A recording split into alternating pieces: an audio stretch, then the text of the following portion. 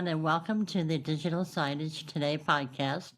I'm Judy Model, editor of Digital Signage Today, and I'm very excited about our guest, Anna Baja, President and CEO of the Out-of-Home Advertising Association of America. And one of the reasons for my excitement is that out-of-home ad spend hit a revenue landmark in 2024, 1.98 billion in ad spend, and digital out of home was a prime driver. So there's a lot of excitement in the industry, and it's great to have Anna here to talk about it. So thanks for being here, Anna. Thank you for having me, Judy. And I just want to say something. It's even more exciting than what you said. 2024 was indeed a landmark year, but it's the first year that the industry surpassed $9 billion. So that was a great year. And as I think everyone knows, we had some tough years in the pandemic, but we bounced back really strong. And then Q1, we had a record-breaking $1.98 billion, so almost $2 billion, which is the highest, I think, Q1 growth we've ever had. So 2024 was a good year, and 2025 came off to a really great start. So I'm excited to be here too and tell everyone about it. Well, let's start off and tell us more about the association and your role. Yeah, sure. Absolutely. So Out-of-Home Advertising Association of America, also known as the OAAA, and we are really the Big Ten trade association for out-of-home, the one that kind of covers all of it, as I think most people who are listening to this podcast, I assume knows that out of home is a very broad medium. We consist of a number of different platforms, anything to roadside, to transit, to airports, to what's called place-based, street furniture. We cover everything basically in the physical world where the consumer exists and where you can expose them to signage based on location. And we represent all of those formats, all the different players in the industry. We are both digital and static. We're really the main trade association for the industry. And what we do is very traditional, classic trade association stuff. First of all, we defend and protect the industry in the courts. We do a lot of lobbying, state and federal, making sure that, the industry has the best possibilities and conditions to operate. And sometimes also use legislation to our advantage. There are certain parts of the regulatory landscape right now, in particular around privacy and data regulation, where out of home, because of the one-to-many nature of our media, has some advantages over other advertising. We leverage that too in our lobbying efforts, making sure that politicians and lawmakers know how great our medium is and how we can be beneficial to them as advertisers and reaching their communities, local or national, and also consumers as they, try to make purchase decisions or form opinions about brands. So that's one part. We do lobbying. And then, as you could hear me when I talked about that, we also do marketing for the industry. So we do research, different types of events, webinars, anything where we can reach advertisers or agencies that can help buy the medium, or help our members educate them on what's next and what can make them more successful. And then we do, as we talked about before, we track the size of the media and compare it to other platforms. And like you said before, we are almost at $10 billion now. So it's a growing medium, and it's a really exciting job and a fun industry to be working for. And, one of the things that strikes me is that I love getting the research that you guys do, because it is so broad, and it can kind of get lost trying to figure out, what's taking root, what's not. From that study that you had sent me about the great growth, were there any other trends or highlights of what's happening that we can share? Yeah, absolutely. I mean, I think, first of all, yes, it's very broad and it can be a little complicated, and it's important that we're transparent about all the different components that exist in out of home. But end of the day, it's one media platform, the only one, who is leveraging location and context to reach consumers. And all of these different types of sign formats are what the consumer meets when they go out of their homes, right? Like, so it's reaching the consumer multiple times on their journey through the day. And we all have that in common, right? So there's a strong common denominator around what we do. I think some of the absolute highlights and what the industry is really experiencing very strongly right now is the growth of digital, which means that you can now get signage up much faster. You can use data and leverage different kinds of information you have about that particular sign or location or consumers that are around it to just do better advertising and switch things out and, optimize and figure out what works best in real time, and also tying out of home more closely to other media platforms. So digital is an important part of the growth and also the evolution of the industry. And of course, when you're doing digital advertising, the next thing that follows is more automation and programmatic, and the ability to, again, just faster get the message out there and tie it to other types of advertising strategies that you have. And that is also driving a lot of the growth that we're experiencing. It's funny because I live down here in South Carolina, and billboards are still big, big, big down here. And it's hard to go 20 miles without seeing the old billboard, which, I don't think anybody ever looked at as out of home advertising way back when, right? Um, but then you take that and you look to where it is, where people are doing eye level digital screens that change, every 30 seconds. And it's been an amazing transformation. So when we talk digital out of home advertising, is there a specific sector, like you mentioned, transit, um, that's driving it? And what is actually driving it in terms of how consumers respond? Is it the technology, or, is it that it's become ubiquitous and not it doesn't stop you in your tracks anymore? Well, I think to your point before, it's really interesting. You notice the media, but you don't really think of it, right? Like there's billboards everywhere, but you don't see it as something that's interrupting your daily life. It's just there. It kind of landmarks or parts of your environment, and if done really well, you would probably appreciate them. So it's a medium that's kind of seamlessly integrated into your life. We're used to, it's been around for a long time. It's nothing new. And I think just the fact that it's not interactive, it's just something you could decide to see or not see, is what's interesting about it. Whether it's a billboard or it's in a bus or on outside of a bus, right, or at the airport, it's just a form of advertising that is kind of part of the fabrics of our lives, right? And a lot of it is also not there for advertising purposes. It's more for public service announcements or other types of situations where you need to just reach the audience quickly.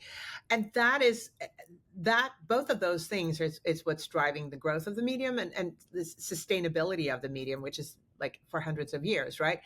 Digital is the fact that we now have the technology, and that it's advancing so quickly. And again, that you could use it in a much more uh, flexible way, is of course something that advertisers want, that our members appreciate, because you could use one billboard for multiple messages rather than have, which by the way is incredibly powerful, a static billboard that's there for several months. You definitely will pay attention to, but the fact that you could switch it out and, depending time of day or where it is or things that are happening is a really good thing. So I think it's a driver in all the different channels. Some of them are more digital than others, but the industry as a whole is moving in that direction, which doesn't mean that the static side is going to go away.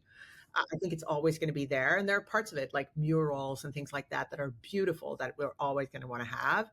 But end of the day, the fact that you could use digital technology to just create, sometimes more powerful content and more powerful messaging is definitely a driver. And like there are certain sectors that are leaning in more into out of home than others. You'll see that, you're in South Carolina, there's going to be certain advertisers depending on where you are because it's South Carolina, or products that are being like that, or you're a local politician or a food store. And then, that varies across the country. And that's also really, really powerful because you know a lot about the audience without knowing exactly who they are, right?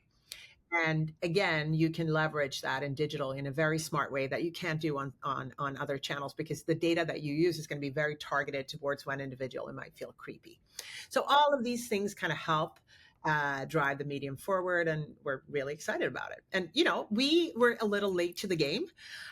Digital took longer because it's kind of complicated real estate issues and things like that to develop it. But now that we're off to the tracks, when the rest of the world is kind of slowing down, the economy and other media platforms are being challenged, we still have that growth spurt ahead of us. So that's also exciting. Yeah, I mean, it's funny because we did an interview with you on Digital Signage Today, and we kind of talked about how digital out of home is kind of matured at this point. Um, and, it's funny, while you were talking, I realized that 99% of the billboards in South Carolina are on our highways, right? We have a lot of highways here, and they're all lawyers. And it's always an accident message, been in an accident, been rear ended. And I always realize that, wow, that's so smart. It's getting to the person in the car directly, right? And you tend to remember that name. It's a very simple display with the name of the lawyer or the firm. And it's definitely going to come back to you if you end up, unfortunately, in an accident. Oh, I saw that name. He specializes in this. And it sounds old fashioned, but I think it's a lot more um, resonating than a radio message that, maybe you're on the phone talking to someone and you hear the radio, like you're more distracted where that billboard is right there. And the other thing is we just did a story on Remax, a real estate agency in Florida, and I was amazed. They put up a digital display, and typically it's one-sided, but they went with I think it was Samsung, I'm not sure, is two-sided. So when you walk by, you see one message. And then when you go into the agency, you're seeing a different message. And I thought, wow, that's super powerful. So right, there's been so much innovation. Um, if we talk about the consumer, the audience, has that been a factor in why out of home and digital out of home is being more embraced? I mean, because people are more digitally savvy. I think definitely there's a part of the digital side of out of home that I think consumers just embrace more. Some of the very, very beautiful, big, bold, spectacular signage or anamorphic billboards, where something might jump out of the billboard or into the billboard, um, is one very cool part. And what's interesting about it is that especially with that type of all types of signage, but some of these like really crazy out there executions, you see from not just in the U.S. You will see something cool that happened in Korea or Japan or Piccadilly Circus, right? The reason you know about it is because it's so shareable and it's so eye-catching and so striking to consumers that it becomes content and they want to share it. And I don't know how many times you've seen a TV ad from North Korea, or not North Korea, probably never, but from Korea or Japan or England, you saw it, you wouldn't even remember it. But our medium just kind of gets shared that way, and that's a really cool thing. And that's the other connection, right? Like the digital part is not just the signage itself; it's the fact that consumers are equipped with cell phones and mobiles, and they want to share our content because it speaks to them, and it's eye catching and it's big and it's beautiful. So they take the large screen and they promote it down to the small screen, which makes it even more powerful. So that's and that can make a static billboard digital too. And back to the lawyers, right? Like it speaks, even though it's not speaking directly to Judy, it speaks to you. Maybe you were injured. Maybe you are thinking about divorce. Maybe you are thinking about getting married.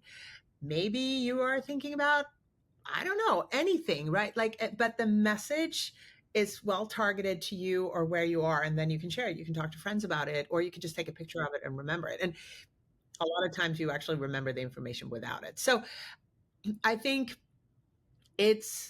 there's so many things that are here, and I think that's like that's again the medium. I try to simplify it and not talk about digital out of home or out of home and just kind of talk about the power of it, but the digital part of it, not just being the signage, but the fact that consumers can use their phone and immediately find out about the brand, buy the product right away, click on or upload a QR code or just share it on social media. That makes it just so much more. one little billboard can be viewed millions of times globally, right? Right. Yeah, it's amazing. I mean, social media has become such a powerful influencer in itself, Yeah. as a medium. So you guys just announced that you have launched something called an agency council. Can you share some insight on what prompted that and what the mission is? Yeah, I mean, so again, one of the goals of the OAAA that I think I mentioned, and if I didn't, I'm mentioning it now, is to promote the industry, in particular with advertisers and agencies, so that they know and understand out of home and that they buy more of it.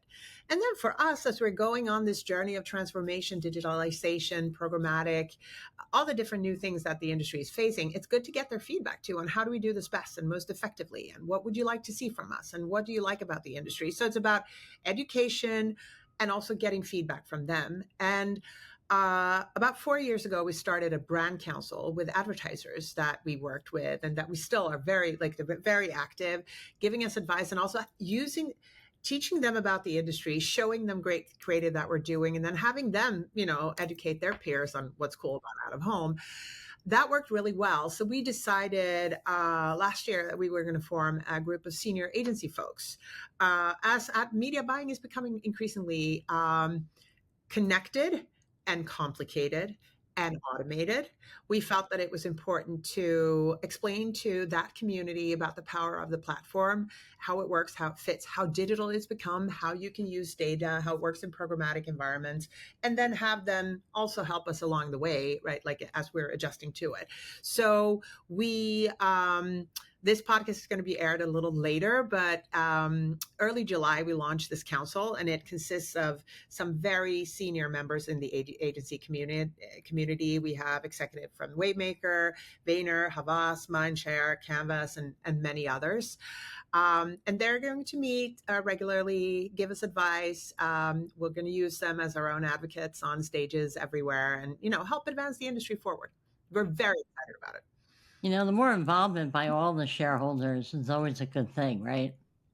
Absolutely. And again, we've said it a few times. Our medium is truly powerful, but quite complex, or it could look like that at surface. Right. So I think for us to just be able to explain it, it's actually not that hard. Think about it as a way to reach a consumer in a location. It's not much more than that.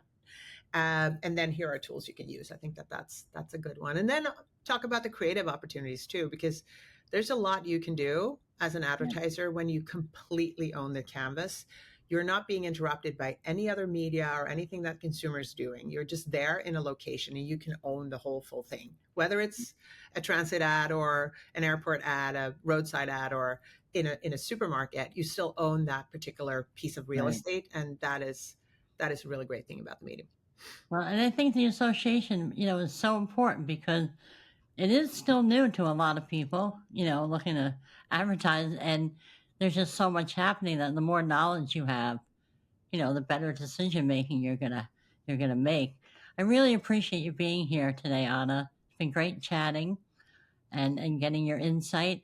Um, I think there's some research coming up. I know we don't want to pop the cork off it yet, but did you want to mention anything that's coming up? So one of the interesting things with consumer behavior, which is end of the day what we and everyone in advertising are interested in, but us in particular, because we're part of the journey that the consumer has. And one thing that has changed, maybe surprisingly, I mean, now we have the pandemic behind us, but consumers and business travelers are traveling more and more. And that's because we've just changed our way of living. It's more important for us when we are in the real world to actually be in the real world. When we are meeting our colleagues, we might want to travel to them because we're working from home so much.